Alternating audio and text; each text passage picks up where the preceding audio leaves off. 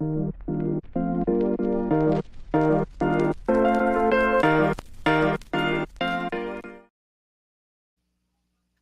back to Unscripted Liberty. Today we're diving into New York's Proposal 1, an amendment with a nice sounding name that's a potential Trojan horse for government overreach. Joining us today is Rich Purtell, former chair of the LP New York, here to tell us why his party's saying no to this amendment. Plus, we're digging into New York's strict ballot access laws that make it nearly impossible for third parties to compete. Let's get into it. Welcome, Rich. Let's kick things off with your background here. What got you into the libertarian movement, and what keeps you fighting for liberty in a state like New York? How did I begin? I've been leaning libertarian probably for 25 years or so, but really what launched me into it was in 2015. We had a state senator, one of the state houses in New York State, who had to resign for corruption reasons. And both people that wanted to run were appointed by the Republicans and Democrats. They didn't have to petition. The voters didn't really have any say in who was picked. And they were both career public servants, so to speak.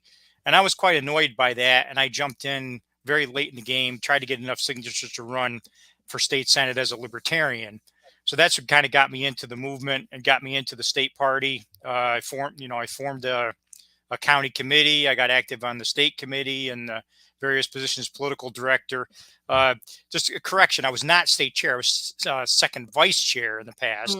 And now I'm still on the at-large positions on the executive committee and serving for a second term as a legislative affairs director. I think the biggest tyrant in New York State is the state government. So I'm trying hard to slow down bad laws and try to move forward good laws in our state government. Perfect. So Proposal 1 is being pushed as an equal rights amendment, but the Libertarian Party of New York has some serious concerns with this. Can you break this down for us? What does this proposal actually entail, and what are the hidden risks if it gets passed? Yeah, I'd invite, this is national, right? This is a national broadcast. So I'd invite the readers to go to Ballotpedia and look up the ballot initiatives on abortion. And there's 9 other states that have a ballot initiative that are really more focused and targeted just on abortion. But this one in New York is much, much broader. Initially, it was pitched as enshrining abortion rights in our state constitution. That lie really went on for months before the proponents of the proposal finally had to come clean and say, okay, yeah, it does other stuff, but don't worry, there's no problem. So we're finally getting them to admit the broad scope of this proposal compared to what we're seeing in other states. But there's 3 key elements there's a whole list of enumerated rights. What's actually going to be put in the Constitution you can find as Assembly Bill A1283. That's A as an apple, 1283. If you look that up, that was a same as bill, so it was put in the Assembly and also duplicated in the state Senate and passed. And then that language will change in the Constitution if this proposal one passes. So A1283. That's the full language. I wish everybody would read it. What's been put on the ballot is abbreviated, condensed, and they even left the whole section off the ballot, which kind of perturbs us. But anyway, the 3 categories they're especially concerning: age, gender identity, and national origin. Now, in terms of medical freedom and the age issue, New York State had the religious exemption pulled in 2019 for vaccines, and I was very strong on fighting that. Unfortunately, we lost. I went to an Albany rally with hundreds of other people today and back in 2019. So New York State no longer has the religious exemption for childhood vaccinations. So that happened in 2019. But ongoing since then is the state government wants to give the power to minors to get more medical procedures without parental knowledge or consent. On abortion, the truth is that New York has had for years the ability for minors to get abortions without parental knowledge or consent. And that kind of concerns me because that kind of sets the bar. I mean, if abortion is a major decision, if the minor can make that decision, you could kind of see how they can then extend and, let's do vaccines, let's do this, let's do that. So bills have been presented for the last several years to allow minors to get vaccines, without parental knowledge or consent. And we're afraid if this proposal one passes, that says that you can no longer discriminate by age, that'll give a lot more traction to those bills. And also to, gender dysphoria treatment, consultation, medicines, anything, potentially the minors could get without parental knowledge or consent. And, when we hammered out a new platform for the LPNY recently, we had a section 4 that covered, youth rights. And I guess the way I'd put it is, when you enable, in theory, you're enabling access of minors to these treatments, to these treatments, but really often what happens is the opposite. You're enabling powerful corporate interests quicker and easier access to minors, because vaccine and biopharm companies are major corporations with lots of marketing leverage, and children might not be the best and shrewdest consumers. And I just don't think it's a good idea to get them latched onto. So in our platform in New York, we said, okay, the parents need to be stewards over their minor children. In rare instances, if the parents fail, early emancipation makes more sense. Give the child broad power to take care of their own life if their parents are proven incompetent. To selectively give power to the child for vaccines, or this or that, the other thing, when there's a major corporate interest involved, are you really helping the child out, or are you helping out the corporate interest? Especially now, look at what these corporate interests are doing in terms of donations to political candidates. Huge, right? So it's got conflict of interest written all over it. So age is a big part of proposal 1 that we're concerned about. Gender identity kind of folds right into it, in terms of the early treatment for minors, that they could get gender consultation, perhaps even hormone replacement therapy without their parents knowing.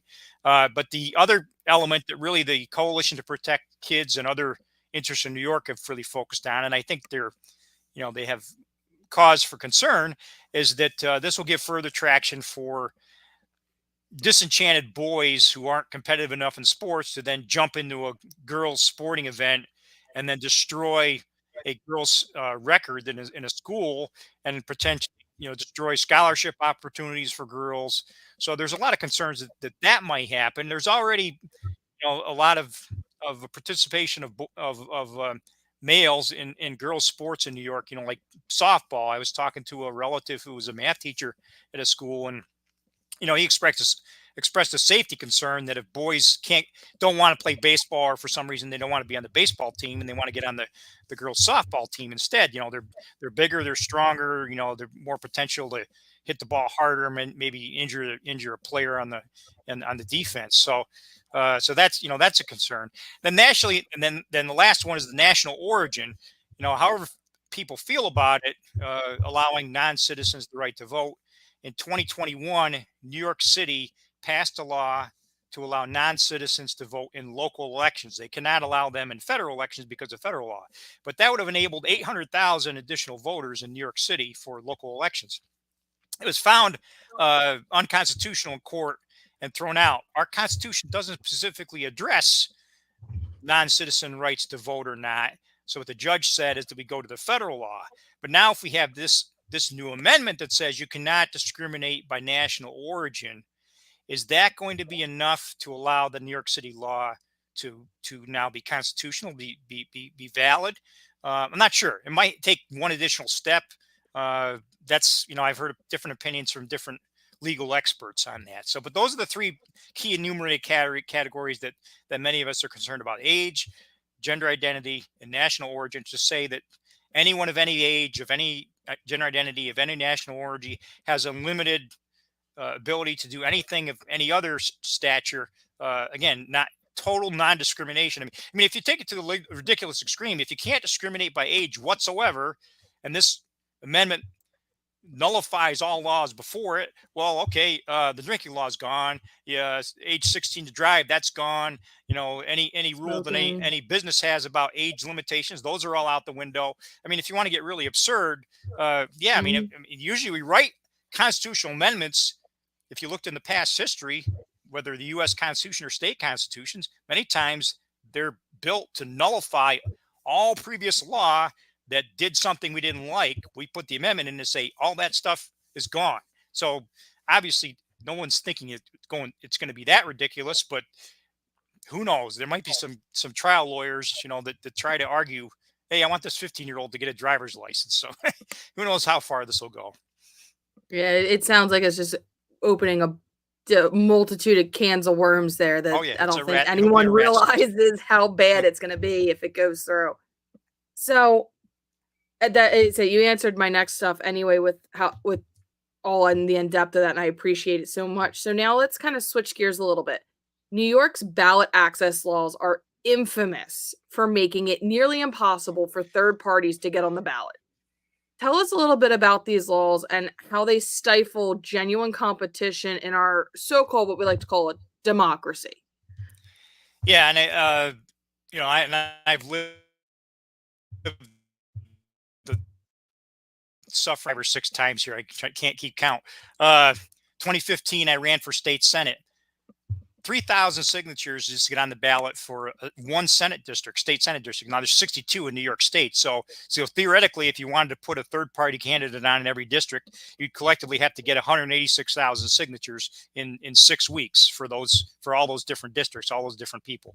So 2015, I failed. 2016, I failed. I got 2015 was bad because I had a limited time because of this whole corruption, the Democrats and Republicans appointed, and I ended up with just, really 3 or 4 weeks instead of 6 and no time to plan. 2016, I knew how hard it was and had, more help, but I was still at like 1,800 signatures at week 5 and said, we're not going to get there. And I pulled the plug. So, but I did run for town board a couple of times, did get enough signatures. So town board, 300, 400, 500 signatures. One person can do that, go out knocking on doors. For town race, you got to pretty much knock on doors to make sure you get people in your district. So it's feasible for third party, for those races, a few hundred signatures. I ran also for county legislature one time. And again, I got on the ballot there. Again, a few hundred signatures, not too bad. But yeah, the statewide used to be 15,000. Now it was increased to 45,000. And Larry Sharp tried to get on for governor in 2022. He had a lot of donations and a lot of effort with paid signatures. The volunteers, could have stepped up better and didn't do as well as they should have perhaps then. But he came up a little short. Lee Zeldin, the Republican candidate, tried to get on as the independent signature. I think there's a website that one of our members set up to kind of mock him called zeldincopies.com. But it was found by a challenger that his petition was quite short because there were photocopies of many, many pages put into the petition in different sections. So there was duplicate pages in there. So he was way short of the 45K in 2022. Now you go to this year, and Larry Sharp and I actually were the stand-in candidates. Another problem we have in New York, we have to petition in April and May, and the Libertarian National Convention isn't until the end of May. So Larry was on as the stand-in for president, and I was on as the stand-in for vice president on the petition. But it's hard to get people super motivated to sign a petition that with a name that's going to be replaced. And I think I won't get into a lot of Larry's issues, but for some reasons that we won't get into here, he didn't get any money. He didn't get any donations this time. And I didn't. And I think because of the lack of donations, there was a bit of a, monkey see, monkey do problem where the volunteers didn't come up either. So we only got a few thousand signatures. We were way, way short. We still submitted, but we were, way short of the 45K. And RFK Jr. got bumped off for a technicality reason. Jill Stein didn't make it, and I don't know if anyone else even tried. So 45,000 in 6 weeks. It's brutal. It is. And I know Pennsylvania's rough in our congressional district in Bucks. Our candidate that we wanted for the Libertarians, he had to get more signatures than statewide candidates because of however many votes that our congressman got. You have to get 2% of theirs, and he gets a ton of them. So it's ridiculous when they do the percentage of a certain vote getter, because it makes it really tough because you get these ones that run unopposed, so everyone votes for them. Oh yeah, because there's no one else. Right. if they're the only option, then everybody of every party is going to tend to vote for them. Yeah, yeah, I could see. Yeah, And that's why they just they need to have a cutoff, a cap. At least in New York, they do have caps for those lower races, although they're high caps for the third party positions. How many I signatures loved it did when how many signatures did he need? Do you remember? Or?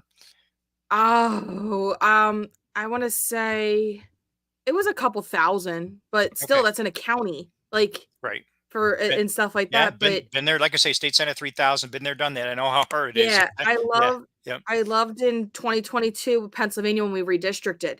I was capped. I ran for state rep and we were capped at um 300 signatures, but we only had 4 weeks. So it was because of how long they took to finalize this redistricting.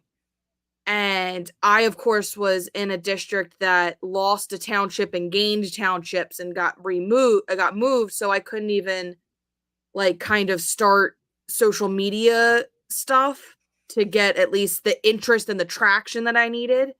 And I ended up getting sued off the ballot for other reasons for sore loser stuff. But it was just insane. And I've being Pennsylvania borders New York and stuff like that, we've seen your guys' struggle and we try to help so bad, but your stuff lines up some with like overlaps with some of ours, and it's so hard. In general, it's hard to get volunteers for anything. My daughter has scoliosis, and we go to a treatment clinic like once a year in Lancaster. So Mm-hmm. we happened to be in Lancaster for a week during your petition drive, and I went out and got some signatures for the statewide slate. There wasn't any county candidates in that county, Mm-hmm. so I could kind of see the challenge, because Pennsylvania is a swing state. There's a little more Mm-hmm. stubbornness for voters to sign to help a third party than there is in New York. Yeah, So my biggest pushback is you're just going to steal votes from X, Y, or Z, the opposite of what they are. I'm like, yes, but at the same time, I'm going to help your guy because I'm stealing candidates from the other one, like, or votes from the other one too. And a lot of it, I use the phrasing of, it's not a vote for me. It doesn't matter. Like, you like choice at the grocery store. Are you okay with having 2 choices of cereal or 2 choices of soup? Like, you like variety, right? So why can't you have variety in your political process? And then they go, "Oh, you kind of got a point with that." And then there's others that go, I don't think there should be anyone but this one party. I'm like, okay, have a nice day. yeah, they're using the petition as an opportunity to. It's like a second opportunity to vote. It's another way to get political leverage. hmm Um, so this seems to go, there's a lot of stuff that goes beyond proposal 1 and ballot access, and it seems like it's a pattern of expanding government control. What's like a broader takeaway for libertarians, and how do we keep fighting for real individual rights in a system that's basically stacked against us? You mean specifically to New York, or more of a Just bigger honestly, picture, just in general. But just like in general? New York has it the decks stacked a little bit more, but it's pretty stacked against libertarians and third parties in general across the country. Yeah, yeah. But in New York, depending on how the election turns out, um, I expect. I mean, the governor's not up for election, of course, in New York this year. I expect both the assembly and the state senate to remain in strong Democratic control. Maybe not 2/3, but well over 50%. 2/3 would be enough to overrule any vetoes. But if the governor's a Democrat, that's really not a big deal. So so I think something I've been broadcasting recently. You talk about how to expand liberty. The big problem in New York State is New York City, and because that's where the central point of big government comes from. And if you go to the West Coast, it's San Francisco. So I think strategically, how do we get liberty better in these countries? In our country, is you have to find ways to attack those two cities economically and politically. I mean, I hate to be that brutal about it, but New York City benefits a lot from Wall Street. I know Texas is toying with some other market strategies. So you got to fight central bank digital currency, because that will certainly give more power to Wall Street when, if that becomes, a government controlled currency that'll be bought, sold, and traded in public on Wall Street. So, get gold off of Wall Street, get digital, keep Bitcoin and other digital currencies off of Wall Street. Do whatever you can to weaken Wall Street, because that's billions and billions of dollars of infusion into New York City, which increases the economic and political power of New York City. So Wall Street, I'd say, find any way you can, no matter where you live in the United States, try to keep your money away from Wall Street. And then the other thing I've brought up recently, and maybe, if Trump does manage to win, this might be something worth pushing, is we need to leave the United Nations. Not only is it proper libertarian strategy, but it would disembowel New York City of billions of dollars of revenue they get, because that's kind of the UN capital for the United States. So if we left the United Nations, I think that would weaken New York City and give us more political leverage upstate New York, because New York is not an all blue state. It's New York City's blue. Most of upstate New York is more libertarian and Republican. It's not, and the New York City Democrats, many will say, are inches away from just being plain communist, to be brutal about it.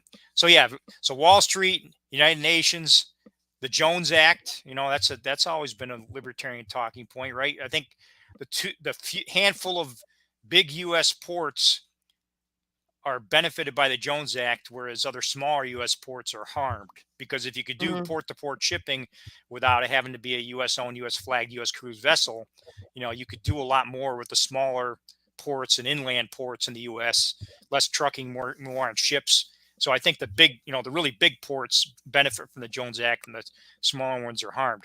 And anything else that people can think of, I think we got to find ways to strengthen rural America, because I think liberty is more precious in rural America. And I think, the urban environments, I've said for a long time, we need a good rebuttal book to, the Triumph of the City, which is this famous, economics book saying how urbanization is so wonderful and everybody should move to the big cities. But, there's economic output, but it seems you get a lot of political corruption, and, in terms of how those businesses are run, and also, political thought corruption. It seems people in the big cities, at least some of them, you have some urban areas in the United States that are still more liberty minded, but, San Francisco, New York, a few others, Chicago, it seems to be where we get our biggest anti-liberty thoughts coming from. Yeah, I definitely, there's pockets in Pennsylvania and stuff like that. Like, Philadelphia, which is predominantly blue, but it does seem to be, it's kind of changing a little on the outskirts. The fringes are getting a little hazy. But you have Pittsburgh, Allentown, Harrisburg, like our major cities are like stronger. If you looked at it like a gradient map, they're the stronger blues, and then you go out and it just gets redder as you get out from them into the farms, the rural and everything like that in Pennsylvania. So with Pennsylvania being a swing state, you just depends on how many people in the cities can get in to vote. Yeah. and stuff like that.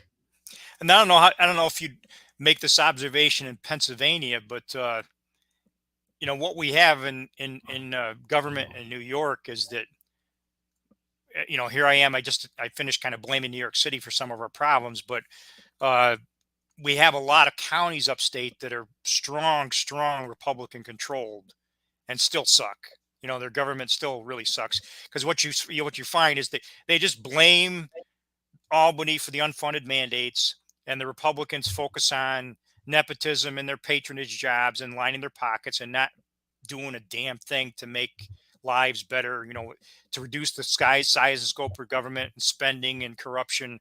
You'll find, and I live in one of them, a lot of upstate counties just are not performing well under strong Republican control. So I think, that's the problem with the one party rule. If you have, whether it's one party in state government or one party in a county government, that's why third parties, if they had more legitimate power to challenge what's going on, I think it would be better for America. George Washington, going back to the beginning, criticized a two-party system. I just, Mm-hmm.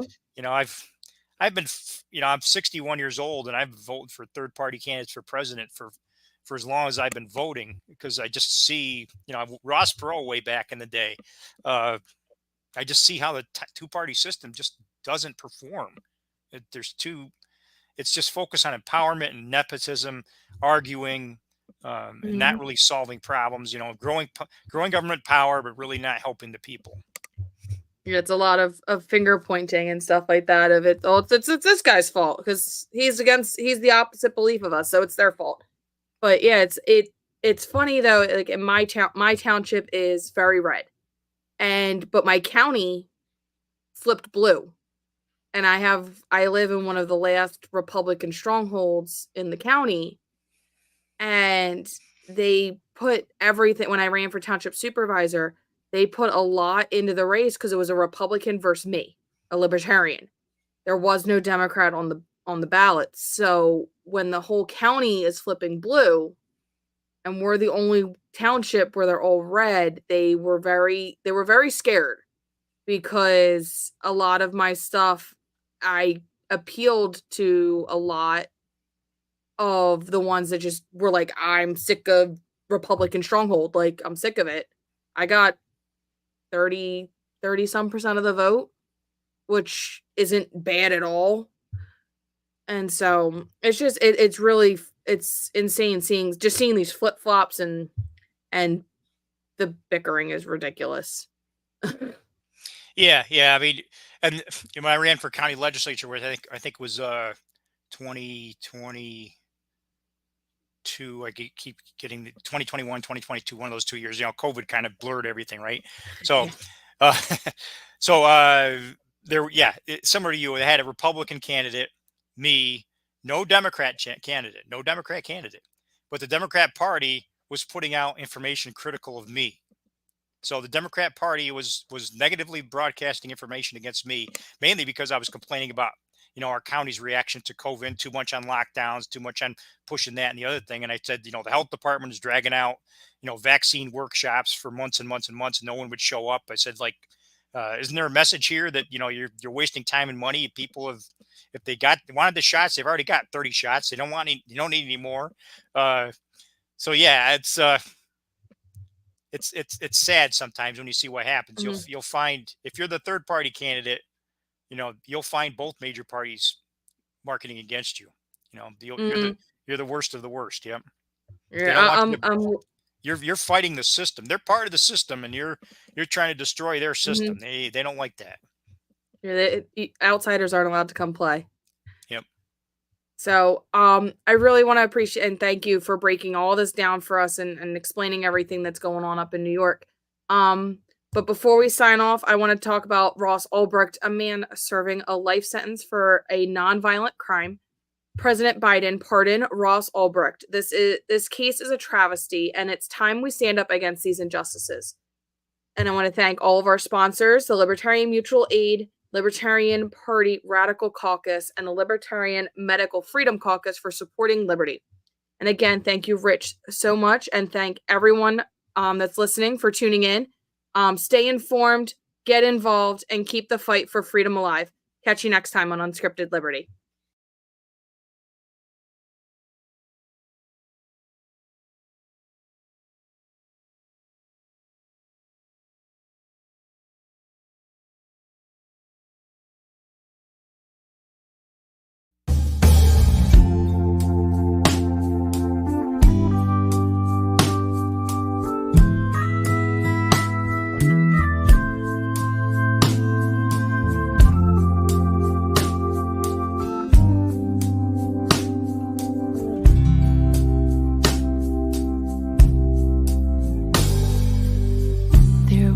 A man who did the unspoken.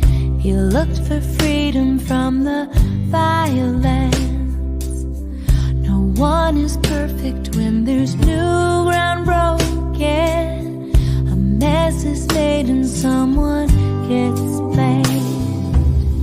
He had a dream of harmony as you wish to live out your own.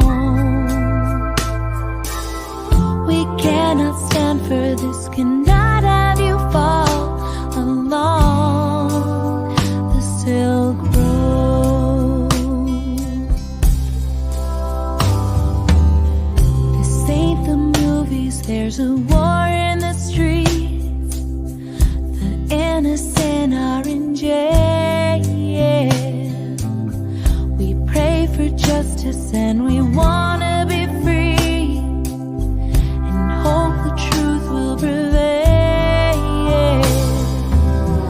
He had a dream of harmony as you wish to live out your own. We cannot stand for this, cannot have you fall along the Silk Road. We still have hope, we cannot quit. Don't be afraid. We have a voice and this is it. Let the light show the way.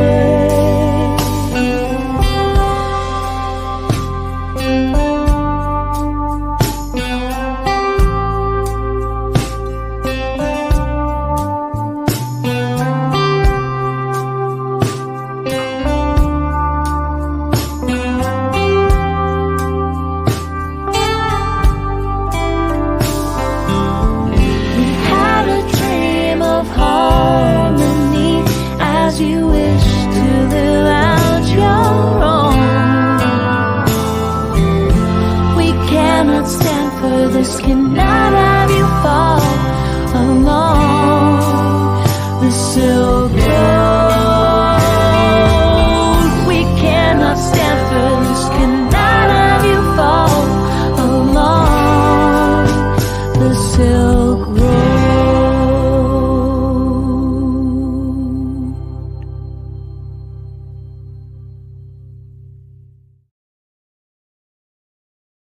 On day one, I will commute the sentence of Ross Ulbricht to a sentence of time served.